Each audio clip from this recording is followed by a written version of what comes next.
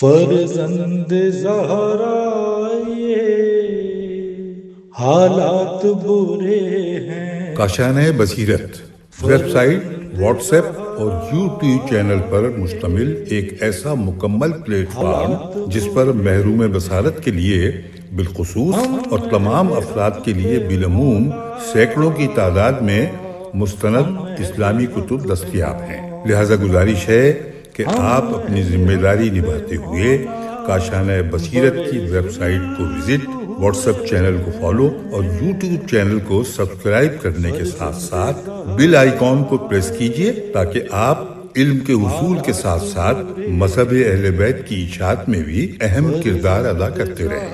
کاشانۂ بصیرت حالات برے ہیں۔ پیج نمبر 115 ہی کے اختتام پر حدیث ہے 2544 نمبر ہے اور ہیڈنگ ہے عدل انسان کی فضیلت ہے۔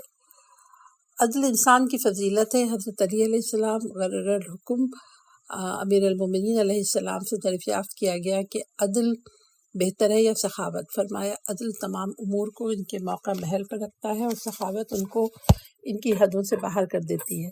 عدل سب کی نگہداشت کرنے والا ہے جبکہ سخاوت اسی سے مخصوص ہوگی جسے دیا جائے، لہٰذا عدل سخاوت سے بہتر و برتر ہے۔ بہار الانوار جلد 75 پیج نمبر 350، شرح ابن ابی الحدید جلد 20 صفحہ نمبر 85، نہج البلاغہ حکمت 437، قول مؤلف ملاحظہ ہو، عنوان فضیلت۔ اب جو اسی پیج نمبر 116 پہ میں پڑھ رہی ہوں، حدیث کا نمبر ہے 2545 ہیڈنگ ہے عدل اور ایمان۔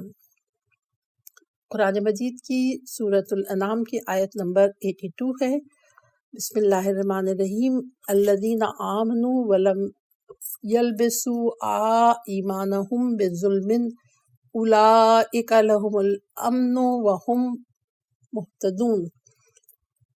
جب لوگوں نے ایمان قبول کیا اور اپنے ایمان کو ظلم سے آلودہ نہیں کیا، انہی لوگوں کے لیے امن ہے اور یہی لوگ ہدایت یافتہ ہیں۔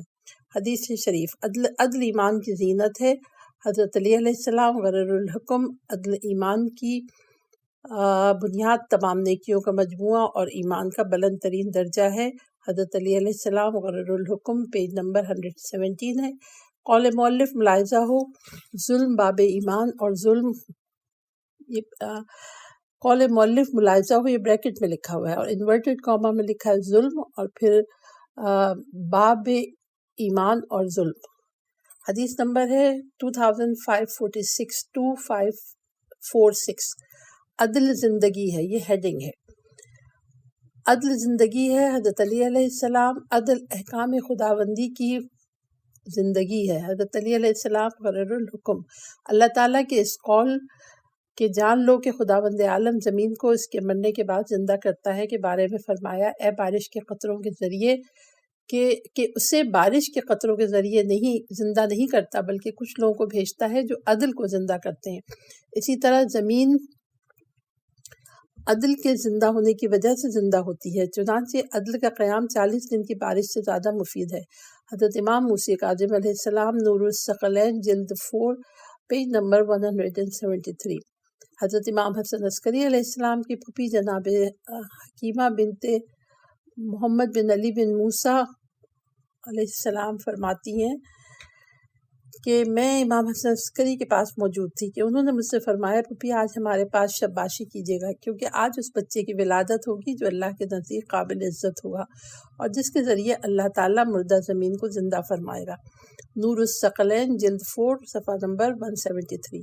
اللہ تعالیٰ کے اس قول کہ جان لو کہ اللہ تعالیٰ زمین کو اس کے مرنے کے بعد زندہ فرماتا ہے کے بارے میں فرمایا کہ اللہ تعالیٰ اسے مرنے کے بعد حضرت قائم آل محمد اللہم صلی علی محمد وآل محمد کے ذریعے زندہ فرمائے گا، یعنی اس پر رہنے والے لوگ کافر ہو جائیں گے اور کافر مردہ ہوتا ہے۔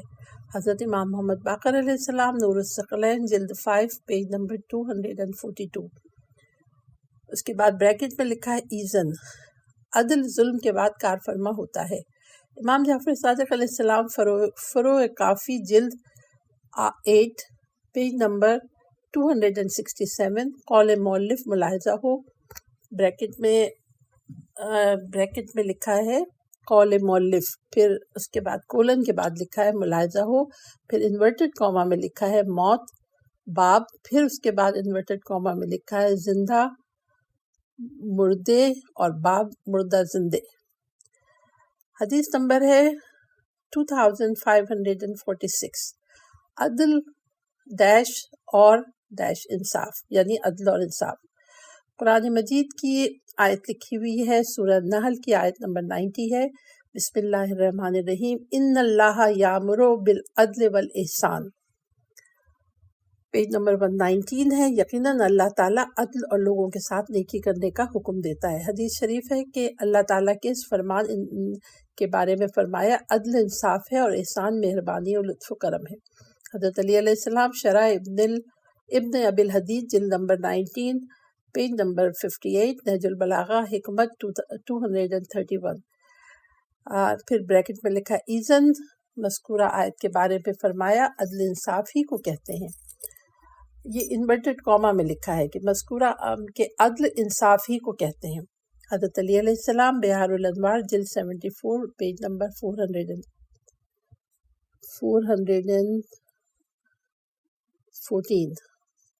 قول مؤلف ملاحظہ ہو انصاف باب عدل انصاف۔ حدیث نمبر ہے 2548 عدل میں وسعت ہے، عدل اس پانی سے زیادہ شیریں ہے جسے پیاسا حاصل کرتا ہے۔ جب عدل کے بارے میں عدل سے کام لیا جائے خواہ کم ہی ہو تو اس سے بڑھ کر اور کیا چیز وسیع ہو سکتی ہے۔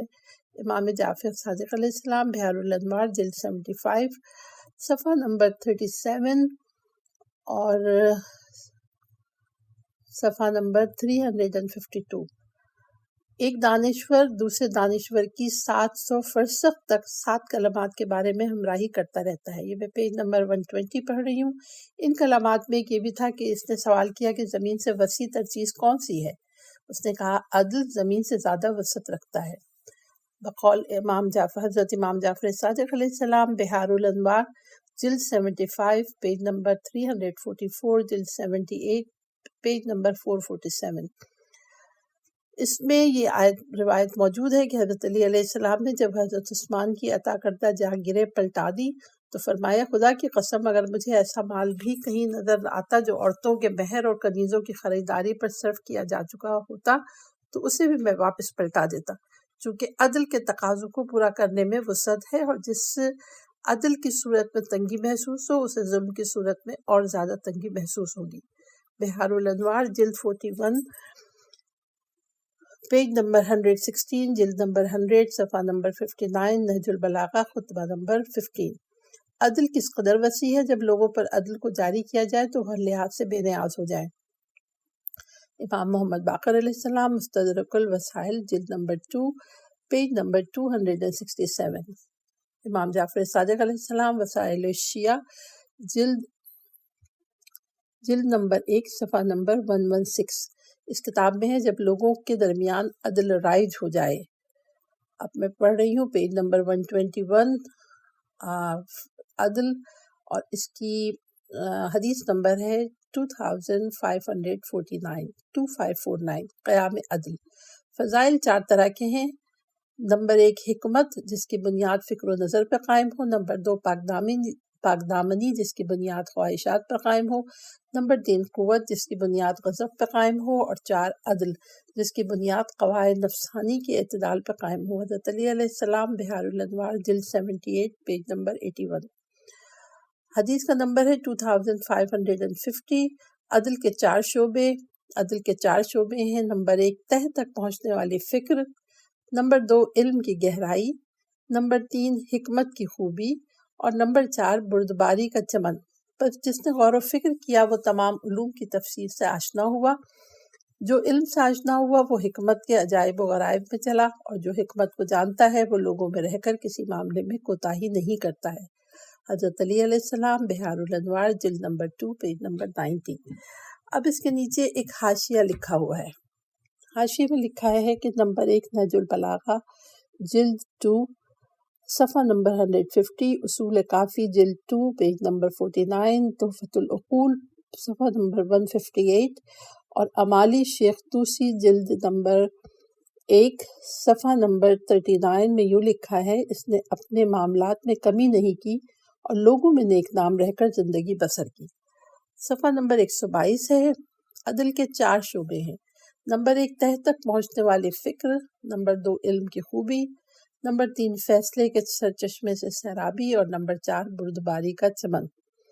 چنانچہ جس نے غور و فکر کیا وہ تمام علوم کی تفسیر سے آشنا ہوا، جو علم سے آشنا ہوا وہ فیصلے کے سرچشموں سے باخبر ہوا، جس نے علم و بردباری اختیار کی اس نے اپنے معاملات میں کوئی کمی نہیں کی اور لوگوں میں عیش و آرام کی زندگی بسر کی۔ حضرت علی علیہ السلام کا کنز الاعمال حدیث 1388۔ ایمان 4 ستونوں پہ قائم ہے، صبر، یقین، عدل اور جہاد۔ پھر عدل کی 4 شاخیں ہیں۔ نمبر 1 تہ تک پہنچنے والی فکر، نمبر 2 علمی گہرائی، نمبر 3 فیصلے کی خوبی اور نمبر 4 عقل کی پائیداری۔ چنانچہ جس نے غور و فکر کیا وہ علم کی گہرائیوں سے آشنا ہوا، جو علم کی گہرائیوں میں اترا وہ فیصلے کے سرچشموں سے سیراب ہو کر پلٹا، جس نے حلم و بردباری اختیار کی اس نے اپنے معاملات میں کمی نہ کی اور لوگوں میں نیک نام رہ کر زندگی بسر کی۔ حضرت علی علیہ السلام نہج البلاغہ حکمت 31۔ عدل کی 4 شاخیں ہیں۔ نمبر 1 تہ تک پہنچنے والی فکر، نمبر 2 علم کی خوبی، نمبر 3 فیصلے کے سرچشمے سے سیرابی، نمبر 4 بردباری کا چمن۔ چنانچہ جس نے غور کیا وہ تمام علوم کی تفسیر سے آشنا ہوا، جس نے علم کی خوبی کو پلے باندھا وہ فیصلے کے سرچشموں سے آگاہ ہوا، جو بردباری کے چمن میں اترا اس نے اپنے معاملات میں کوئی کمی نہ کی اور لوگوں میں عیش و آرام کی زندگی بسر کی۔ حضرت رسول صلی اللہ علیہ وسلم کا کنز الاعمال حدیث 1389۔ حدیث نمبر ہے 2551 پیج نمبر ہے 123۔ پھر حدیث 2551 لکھی ہے، اس کے نیچے لکھا ہے عادل اور پھر اس کے اندر بریکٹ میں لکھا ہے 1 نمبر 1۔ حضرت امام جعفر صادق علیہ السلام سے انسان کے عدل کی صفت کے بارے میں دریافت کیا گیا تو فرمایا انسان اس وقت عادل ہو جاتا ہے جب حرام چیزوں سے آنکھیں بند کر لے، برائیوں سے زبان کو روک لے اور ظلم سے اپنے آپ کو بچائے رکھے۔ بہار الانوار جلد 78 247 ہے پیج کا نمبر۔ جو شخص لوگوں سے اس طرح معاملہ کرے کہ ان پر ظلم نہ کرے، جب ان سے بات کرے تو جھوٹ نہ بولے، وعدہ کرے تو وعدہ خلافی نہ کرے، ایسے شخص کا شمار ان لوگوں میں ہوتا ہے جن کی مروت پائے تکمیل کو پہنچ چکی ہے، ان کی عدالت عیاں ہو چکی ہے، ان سے بھائی چارہ واجب ہو چکا ہے اور ان کی غیبت حرام ہوتی ہے۔ حضرت رسول صلی اللہ علیہ وسلم بہار الانوار جلد 70 پیج نمبر 1۔ جس شخص میں 3 خوبیاں ہوں وہ اس کے لیے لوگوں میں 4 چیزوں کو واجب قرار دیتی ہیں۔ وہ 3 خوبیاں یہ ہیں، پیج نمبر ہے 124۔ نمبر 1 لوگوں سے بات کرے تو جھوٹ نہ بولے، نمبر 2 میل جول رکھے تو ان پر ظلم نہ کرے، نمبر 3 وعدہ کرے تو اس کے خلاف نہ کرے۔ پھر واجب ہو جاتا ہے کہ نمبر 1 لوگوں میں اس کی عدالت عیاں ہو جائے، نمبر 2 ان میں اس کی مروت ظاہر ہو جائے، نمبر 3 لوگوں پر اس کی غیبت حرام ہو جائے اور نمبر 4 ان پر اس کی اخوت واجب ہو جائے۔ امام جعفر صادق علیہ السلام بہار الانوار جلد 70 پیج نمبر 2۔ جو شخص لوگوں کے ساتھ اس طرح رہے جو ان کے ساتھ رہنے کا واجبی حق ہے تو وہ شخص عادل سمجھا جائے گا۔ حضرت رسول اکرم صلی اللہ علیہ وسلم بہار الانوار جلد 77 پیج نمبر 171، بریکٹ میں لکھا ہے امام حسن علیہ السلام بہار الانوار جلد 78 پیج نمبر 112۔ جو چیز تم اپنی ذات کے لیے ناپسند کرتے ہو وہ دوسروں کے لیے بھی ناپسند جانو، جو چیز اپنے لیے پسند کرتے ہو وہ اپنے بھائی کے لیے بھی پسند کرو، اس طرح تم اپنے فیصلے میں عادل ہوگے اور اپنے عدل میں میانہ رو سمجھے جاؤ گے، اہل آسمان میں محب اور اہل زمین کے دلوں میں محبوب سمجھے جاؤ گے۔ حضرت رسول اللہ صلی اللہ علیہ وسلم بہار الانوار جلد 77 پیج نمبر 67، تحت العقول پیج نمبر 19۔ عدل ہی کے زمرے میں بھی پیج نمبر 125 ہے، جس کا ظاہر باطن سے اور قول و فعل سے مطابقت رکھتا ہو ایسا شخص ہوگا جو امانت کو ادا کر چکا ہوگا اور اس کی عدالت پائے ثبوت کو پہنچ چکی ہوگی۔ حضرت علی علیہ السلام غرر الحکم قول مؤلفہ ملاحظہ و شہادت باب جس کی گواہی جائز ہوتی ہے اور باب جس کی گواہی جائز نہیں، نیز وسائل الشیعہ جلد 18 پیج نمبر 288 باب نمبر 41۔ اب حدیث کا نمبر ہے 2552 عادل بریکٹ میں لکھا ہے نمبر 2۔ ابھی اس سے پہلے ہم نے عادل نمبر 1 کی ڈیفینیشن پڑھی تھی۔ اب نمبر 2 میں لکھا ہے کہ اللہ تعالیٰ اس بندے پر رحم کرے جس کا اندرونی لباس ہے حزن اور بیرونی جامہ خوف ہے، یعنی اندوہ ملال اسے چمٹا رہتا ہے اور خوف اس پہ چھایا رہتا ہے۔ وہ دین خدا کا معدن اور اس کی زمین میں گڑھی ہوئی میخ کی طرح ہے۔ اس نے اپنے لیے عدل کو لازم کر لیا ہے، چنانچہ اس کے عدل کا پہلا قدم خواہشوں کو اپنے نفس سے دور رکھنا ہے۔ حضرت علی علیہ السلام بحار الانوار جلد 77 پیج نمبر 442۔ شرح ابن ابی الحدید جلد نمبر 6 پیج نمبر 364، نہج البلاغہ خطبہ 87۔ قول مؤلفہ بریکٹ پہ لکھا ہوا ہے قول مؤلف کولن ملاحظہ ہو کولن مطلب 2 نقطے عنوان اور انورٹڈ کاما میں لکھا ہے خواہشات اور بریکٹ پر پیج نمبر 126۔ حدیث کا نمبر ہے 2553۔ عادل اور ہیڈنگ عادل ہے اور بریکٹ میں 3 لکھی، یعنی یہ تیسری ڈیفینیشن ہے عادل کی۔ جو شخص دن رات کی 5 گانہ نماز جماعت کے ساتھ پڑھتا ہے اس کے بارے میں اچھا گمان رکھو اور اس کی گواہی کو جائز جانو۔ امام جعفر صادق علیہ السلام بحار الانوار جلد 70 پیج نمبر 2۔ علقمہ کہتے ہیں کہ حضرت امام جعفر صادق علیہ السلام نے فرمایا ہر وہ شخص جو فطرت اسلام پر قائم ہے اس کی شہادت جائز ہے۔ میں نے عرض کیا کیا گناہ کا ارتکاب کرنے والے شخص کی گواہی قبول کی جائے گی؟ فرمایا علقمہ اگر گناہ گار کی شہادت قبول نہ کی جائے تو پھر انبیاء اوصیاء علیہ السلام کی گواہی قبول کی جائے گی، کیونکہ معصوم تو صرف وہی ہوتے ہیں۔ بحار الانوار جلد 70 پیج نمبر 2۔ ابن ابی یافور کہتے ہیں کہ میں نے حضرت امام جعفر صادق علیہ السلام سے پوچھا مسلمانوں کے درمیان کسی شخص کی عدالت کیوں کر ثابت ہوتی ہے جس سے لوگوں کے حق میں یا ان کے خلاف ان کی گواہی کو قبول کیا جائے؟ فرمایا اس کی پردہ پوشی، پاک دامنی، شکم، شرمگاہ، ہاتھ و زبان کے گناہ سے بچنے کا علم ہو، اور جن کبیرہ گناہوں کے ارتکاب پہ اللہ تعالیٰ نے جہنم کا وعدہ کیا ہے اس سے اجتناب کرنے میں مشہور ہو۔ یہ پیج نمبر 127 میں پڑھ رہی ہوں۔ یعنی شراب نوشی، زنا، سودخواری، والدین کی نافرمانی، میدان جہاد سے فرار وغیرہ سے اجتناب کرتا ہو۔ یہی چیزیں اس کی عدالت پر دلالت کرتی ہیں اور اس کے جملہ عیوب کو چھپائے ہوئے ہیں، یہاں تک کہ مسلمانوں پر اس کے علاوہ دوسری لغزشوں کی چھانبین اور غیبت حرام ہو جاتی ہے۔ ان پر اس کی محبت اور لوگوں کے درمیان اس کی عدالت کا اظہار واجب ہو جاتا ہے۔ نیز 5 گانہ نمازوں کو پابندی سے ادا کرنے والا جب وہ اچھی طرح ان کی پابندی اختیار کر لیتا ہے اور وقت کی پابندی کے ساتھ مسلمانوں کی جماعت میں حاضر رہتا ہے، کسی عذر کے بغیر ان کی جماعت اور نماز پڑھنے کی جگہ سے غیر حاضر نہیں رہتا۔ الاستبصار جلد نمبر 3 صفحہ نمبر 12۔ حدیث کا نمبر ہے 2554 ہیڈنگ ہے دوست و دشمن میں عدل۔ سورۃ المائدہ کی آیت نمبر 8 ہے۔ بسم اللہ الرحمن الرحیم۔ ولا یجرمنکم شنآن قوم علی الا تعدلوا اعدلوا هو اقرب للتقوی۔ تمہیں کسی قوم کی عداوت اس جرم میں نہ پھنسوا دے کہ تم ناانصافی کرنے لگو، بلکہ ہر حال میں انصاف کرو کہ یہی پرہیزگاری سے قریب ہے۔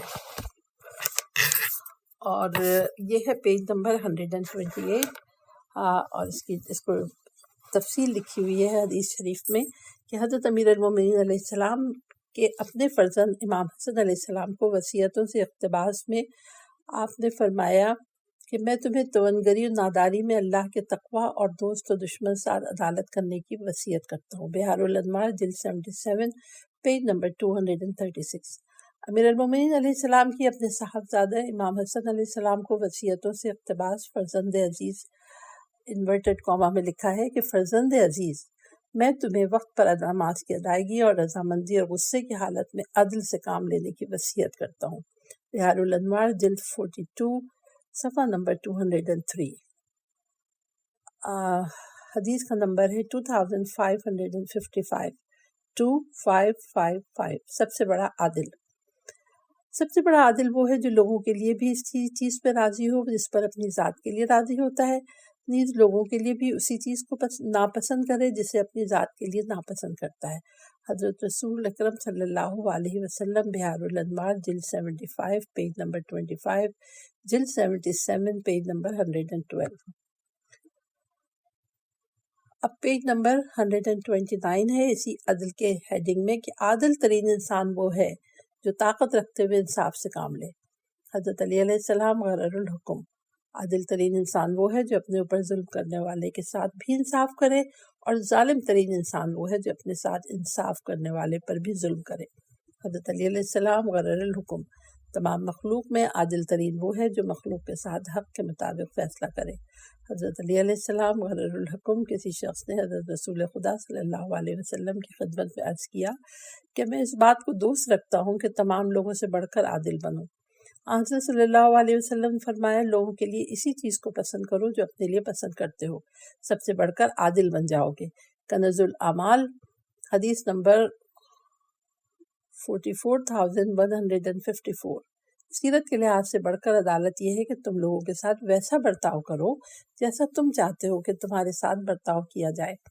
حضرت علی علیہ السلام غرر الحکم، انتہائی عدل یہ ہے کہ انسان اپنی ذات کے ساتھ عدل کرے، رد مظالم سے بڑھ کر کوئی عدالت نہیں ہے۔ حضرت علی علیہ السلام غرر الحکم، پیج نمبر 130 ہے۔ حضرت موسیٰ علیہ السلام نے اللہ تعالیٰ سے سوال کیا کہ غنی ترین بندہ کون ہے؟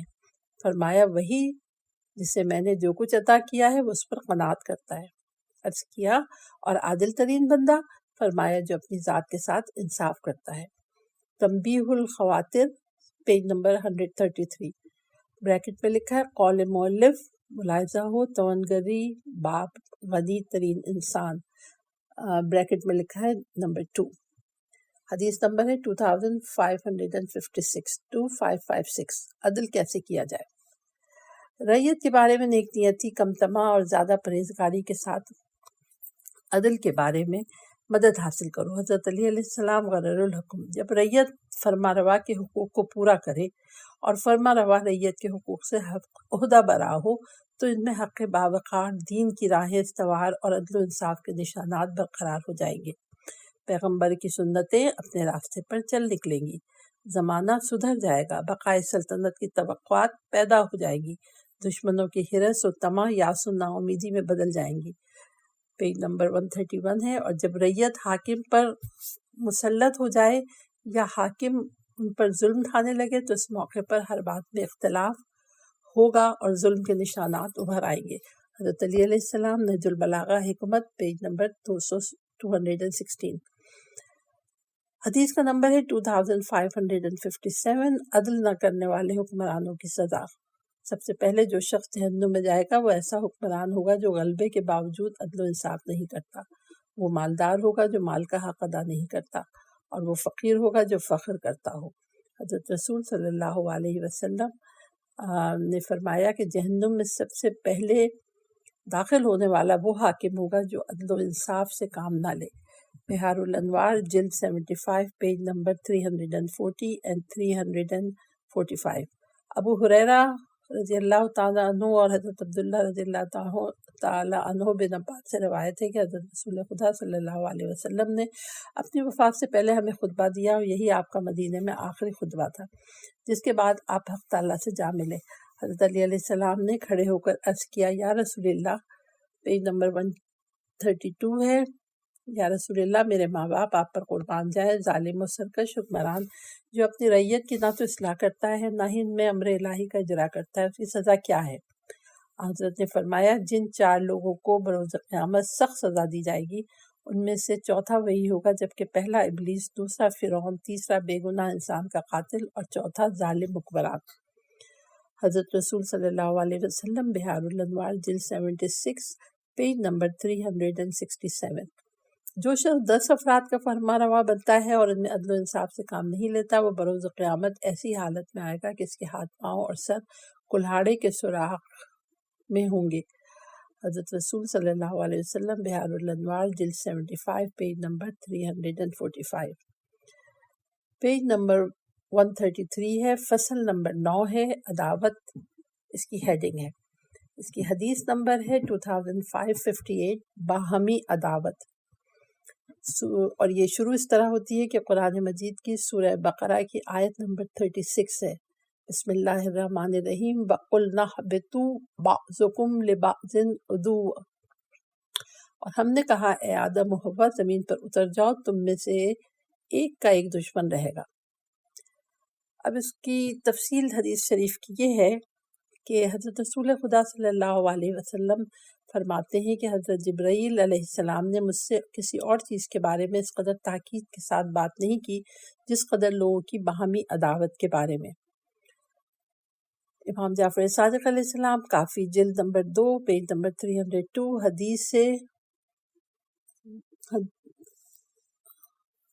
حدیث نمبر ہے 951 اور شاید 9511. حضرت رسول خدا صلی اللہ علیہ وسلم فرماتے ہیں کہ جب بھی جبرائیل امین میرے پاس آتے تھے اور بعض و نصیحت کی باتیں کرتے تو ان کی آخری بات یہی ہوتی کہ لوگوں کے ساتھ جھگڑے سے بچتے رہنا، کیونکہ اس سے انسان کے عیب ظاہر ہوتے ہیں اور عزت خاک میں مل جاتی ہے. امام جعفر صادق علیہ السلام کافی جلد 2 پیج نمبر 302 لوگوں کے ساتھ دشمنی جاہلوں کا شیوا ہے. حضرت علی علیہ السلام غرر الحکم. پیج نمبر 134 ہے، لوگوں کی باہمی عداوت جہالت کی بنیاد ہے. حضرت علی علیہ السلام قرر الحکم. ساتھیوں پر غالب آنا اور لوگوں سے دشمنی رکھنا برا انتخاب ہے. برا انتخاب ہے ساتھیوں میں غلبہ پانا، کسی سے کھلم کھلا دشمنی رکھنا اور جو نقصان پہنچانے پر قدرت رکھتا ہے اس سے عداوت رکھنا. حضرت علی علیہ السلام قرر الحکم. کسی سے دشمنی کرنے سے پہلے جاننے کی کوشش کرو کہ اس کا اللہ کے ساتھ کیسا تعلق ہے.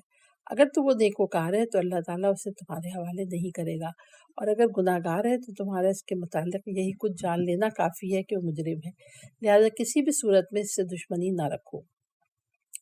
بریکٹ میں لکھا ہے امام علی نقی ہادی علیہ السلام بحار الانوار جلد 78 پیج نمبر 365. کبھی بھی کسی شخص سے دشمنی نہ کرنا، خواہ تمہارا یہ گمان ہو کہ وہ تمہیں نقصان نہیں پہنچا سکے گا، اور کسی کی صداقت اور دوستی سے ہرگز منہ نہ موڑنا، خواہ تمہارا یہ گمان ہو کہ وہ تمہیں کوئی فائدہ نہیں پہنچا سکے گا، کیونکہ تمہیں معلوم نہیں کہ کب تجھے دوست سے امید رکھنی پڑ جائے اور نہ ہی یہ جانتے ہو کہ کب دشمن سے ڈرنا پڑ جائے. حضرت امام زین العابدین علیہ السلام بحار الانوار جلد 78 پیج نمبر 142. حضرت امیر المومنین علیہ السلام کی اپنی اولاد سے وصیت صفحہ نمبر 135 ہے. آپ نے اپنی اولاد سے وصیت سے اقتباس میں انورٹڈ کاما میں لکھا ہے کہ آپ نے فرمایا فرزندان عزیز، لوگوں کے ساتھ دشمنی رکھنے سے بچو، کیونکہ لوگ دو حال سے خالی نہیں ہیں، یا تو وہ عقل مند ہوتے ہیں، دو حال سے خالی نہیں ہیں، یا تو وہ عقل مند نہیں ہوتے، یا اس طرح تمہارے خلاف وہ چالے چلیں گے، یا نادان ہوتے ہیں، اس طرح وہ تمہارے خلاف اقدام میں بغیر سوچے سمجھے جلد بازی کریں گے. حضرت علی علیہ السلام بحار الانوار جلد 75 پیج نمبر 209. خصال صدوق پیج نمبر 72. لوگوں کے ساتھ دشمنی سے اجتناب کرو، کیونکہ یہ بات بدنامی کا موجب ہوتی ہے اور عیوب کو ظاہر کرتی ہے. حضرت امام جعفر صادق علیہ السلام بحار الانوار جلد 75 پیج نمبر 211. بت پرستی کے بعد مجھے جتنی شدت سے لوگوں سے جھگڑنے سے منع کیا گیا ہے اتنا کسی اور چیز سے نہیں. رسول صلی اللہ علیہ وسلم بحار الانوار جلد 77 پیج نمبر 145. لوگوں کے ساتھ لڑائی جھگڑے سے اجتناب کرو، کیونکہ اس سے نا تجربے کاری ظاہر ہوتی ہے اور عزت دفن ہو جاتی ہے. حضرت رسول اکرم صلی اللہ علیہ وسلم بحار الانوار جلد 75 پیج نمبر 210. جو لوگوں سے لڑتا جھگڑتا ہے اس کی مروت ساقط ہو جاتی ہے. حضرت رسول اکرم صلی اللہ علیہ وسلم بحار جلد 75 پیج نمبر 210. لڑائی جھگڑے سے اجتناب کرو، کیونکہ اس سے دل بگڑ جاتے ہیں. یہ پیج نمبر 136 ہے اور اس میں نفاق پیدا ہو جاتا ہے. امام محمد باقر علیہ السلام بحار الانوار جلد 78 پیج نمبر 186. بریکٹ میں قول مؤلف ملاحظہ ہوں خاطر و مدارات. اب حدیث کا نمبر ہے 2559. دشمنی کا بیج. باہمی دشمنی کا سبب ایک دوسرے کی طرف کم توجہی ہے۔ حضرت علی علیہ السلام غرر الحکم، ہر چیز کا بیج ہوتا ہے اور دشمنی کا بیج مذاق ہے۔ حضرت علی علیہ السلام غرر الحکم، تنقید سے دشمنی پیدا ہوتی ہے۔ امام جعفر صادق علیہ السلام بہار الانوار جلد 78 پیج نمبر 229، جو عداوت کاشت کرتا ہے وہ عداوت ہی کی فصل کاٹتا ہے۔ امام جعفر صادق علیہ السلام کافی جلد 2 پیج نمبر 302، جو دشمنی کاشت کرتا ہے وہ نقصان اور خسارے ہی کی فصل کاٹتا ہے۔ حضرت علی علیہ السلام غرر الحکم پیج نمبر 137 ہے، حدیث نمبر 2560 ہے، 2560۔ تمہارے دشمن لوگ، سورہ تغابن کی آیت ہے کہ بسم اللہ الرحمن الرحیم، ان من ازواجکم و اولادکم عدوا لکم فاحذروہم، اے ایماندارو تمہاری بیویوں اور تمہاری اولاد میں بعض تمہارے دشمن ہیں، پس تم ان سے بچتے رہو۔ جو شخص تمہارے سامنے تو تمہاری عیب پوشی کرے اور پیٹھ پیچھے عیب جوئی کرے وہ تمہارا دشمن ہے، اس سے بچ کر رہو۔ حضرت علی علیہ السلام غرر الحکم، دشمن کو عدو اس لیے کہتے ہیں کہ وہ ظلم کرتا ہے، لہذا جو شخص تمہارے عیبوں کے سلسلے میں تمہارے ساتھ منافقت برتے وہ تم پر ظلم کر رہا ہوتا ہے، لہذا وہ تمہارا دشمن ہے۔ حضرت علی علیہ السلام غرر الحکم، انسان کا شکم اس کا دشمن ہے۔ حضرت علی علیہ السلام غرر الحکم، جو شخص تمہاری خواہشات کا احترام کرتے ہوئے ہدایت کی باتیں تم سے چھپائے وہ تمہارا دشمن ہے۔ امام محمد تقی علیہ السلام بہار الانوار جلد 78 پیج نمبر 264، صفحہ نمبر 138 ہے، جو تمہاری پرواہ نہ کرے وہ تمہارا دشمن ہے۔ حضرت علی علیہ السلام شرح ابن ابی الحدیث جلد نمبر 16 پیج نمبر 113، نہج البلاغہ مکتوب نمبر 31۔ دوست 3 طرح کے ہیں اور دشمن بھی 3 طرح کے ہیں۔ تمہارے دوست یہ ہیں کہ تمہارا اپنا دوست، نمبر 2 تمہارے دوست کا دوست، نمبر 3 تمہارے دشمن کا دشمن۔ تمہارے دشمن یہ ہیں، نمبر 1 تمہارا دشمن، نمبر 2 تمہارے دوست کا دشمن، نمبر 3 تمہارے دشمن کا دوست۔ حضرت علی علیہ السلام نہج البلاغہ حکمت 295 بریکٹ میں ہے، قول مؤلف ملاحظہ ہو، شیطان انورٹڈ کاما میں ہے، پھر لکھا باب، پھر لکھا شیطان انسان کا دشمن ہے۔ پھر اس کے بعد حدیث نمبر 2561 ہے، تمہارا سخت ترین دشمن، نفسانی ہیڈنگ ہے تمہارا سخت ترین دشمن۔ نفسانی خواہشات 2 دشمنوں میں عظیم تر دشمن ہے۔ حضرت علی علیہ السلام قرر الحکم، انسان کا بدترین دشمن اس کا غصہ اور اس کی خواہشات ہیں جو ان پر قابو پا لیتا ہے، اس کا درجہ بلند ہو جاتا ہے، وہ اپنے مقصود کو پا لیتا ہے۔ حضرت علی علیہ السلام قرر الحکم، تمہارا نفس تمہارا قریب ترین دشمن ہے۔ حضرت علی علیہ السلام قرر الحکم، اپنی پیج نمبر 139 ہے، اپنی خواہشات سے اس طرح بچتے رہو جس طرح اپنے دشمن سے بچتے ہو، کیونکہ لوگوں کے لیے ان کی خواہشات کی پیروی اور زبان کے ثمرات کی برداشت سے بڑھ کر کوئی اور دشمن نہیں ہے۔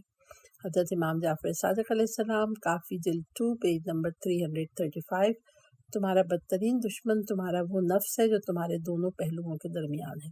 حضرت رسول اکرم صلی اللہ علیہ وسلم بہار الانوار جلد 70 پیج نمبر 64، تنبیہ الخواطر پیج نمبر 48، مجھے اس ذات کی قسم جس کے قبضہ قدرت میں میری جان ہے، اسلام کے لیے غضب اور شہوت سے بڑا کوئی دشمن نہیں، لہذا ان دونوں کو قلا قما کر دو، ان پر غلبہ پالو اور ان کو قابو میں رکھو۔ حضرت رسول اکرم صلی اللہ علیہ وسلم تنبیہ الخواطر پیج نمبر 356، تیرا دشمن وہ نہیں ہے جسے اگر تم قتل کر ڈالو تو تمہیں روشنی مل جائے، اگر وہ تمہیں قتل کر دے تو بہشت میں جا پہنچو، بلکہ تمہارا سب سے بڑا دشمن وہ فرزند ہے جو تمہارے صلب سے ہے۔ اس کے بعد تمہارا بڑا دشمن تمہارا وہ مال ہے جسے تمہارے ہاتھوں نے جمع کیا۔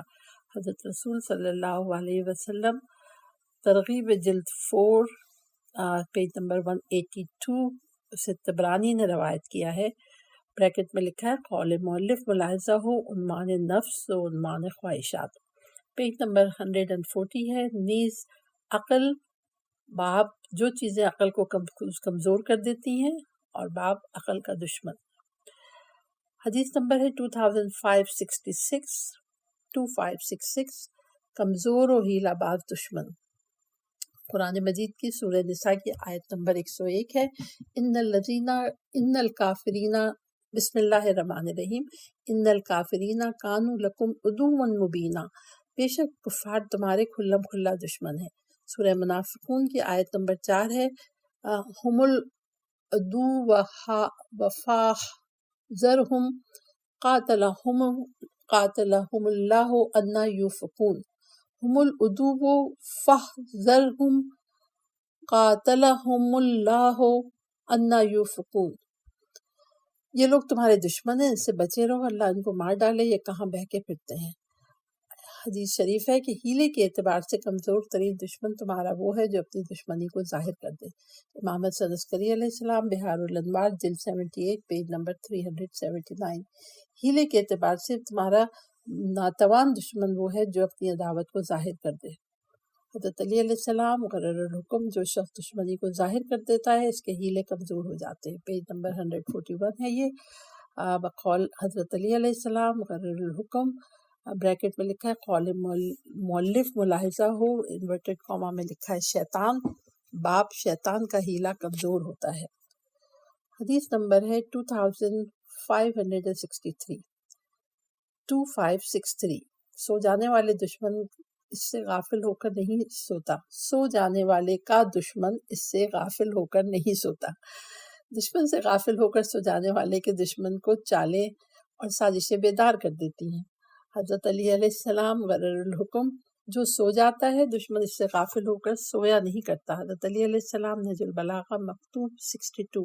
خدا کی قسم، جو شخص اپنے آپ کو اس طرح دشمن کے قابو میں دے دے کہ اس کی ہڈیوں سے گوشت تک اڑا دے، ہڈیوں کو توڑ دے اور کھال کو پارا پارا کر دے، تو اس کا عجز انتہا کو پہنچا ہوا ہے۔ حضرت علی علیہ السلام، نہج البلاغہ، خطبہ 34۔ دشمن پر کبھی بھروسہ نہ کرو، خواہ وہ تمہارا شکریہ ہی ادا کرے۔ حضرت علی علیہ السلام مقرر الحکم، دشمن کو حقیر نہ سمجھو، خواہ وہ کمزور ہی کیوں نہ ہو۔ حضرت علی علیہ السلام مقرر الحکم، پیج نمبر 142 ہے، دشمن کو سویا ہوا جاننا بہت بڑا دھوکہ ہے۔ حضرت علی علیہ السلام مقرر الحکم، اور اب ہیڈنگ ہے جو حدیث ہے وہ 2564 ہے، 2564، دشمن کا بھلا چاہنا۔ اچھی گفتگو اور نیک اعمال سے دشمن کی بھلائی چاہنا، اس سے جنگ و جدل اور لڑائی جھگڑے کے ذریعے اس پر غالب آنے سے بہتر ہے۔ حضرت علی علیہ السلام مقرر الحکم، پرہیزگاری جس کی عادت ہو، اسی غرر الحکم میں مولا علی فرماتے ہیں کہ پرہیزگاری جس کی عادت ہو اور مہربانی جس کا زیور ہو، وہ اپنی نیک نامی کے ذریعے دشمن پر غالب آ جاتا ہے۔ امام حسن عسکری علیہ السلام، بہار الانوار، جلد 78،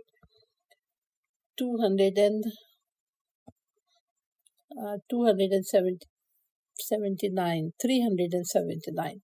جو دشمن کی بھلائی چاہتا ہے وہ اپنی مرادوں کو پا لیتا ہے۔ حضرت علی علیہ السلام مقرر الحکم، جو مخالفین کی بھلائی چاہتا ہے وہ اپنی مراد پا لیتا ہے۔ حضرت علی علیہ السلام مقرر الحکم، قول ملاحظہ ہو، عفو درگزر، باب عفو کے ذریعے بھلائی چاہنا اور باب درگزر کمینے آدمی کو خراب کر دیتی ہے۔ حدیث کا نمبر ہے 2565، دشمن کے مقابلے میں ہتھیار بندی۔ حضرت لقمان نے اپنے فرزند کو ہدایت کرتے ہوئے فرمایا، پیج نمبر 142 مکمل ہو گیا ہے۔ اب میں شروع کروں گی پیج نمبر 143 سے نئی ریکارڈنگ۔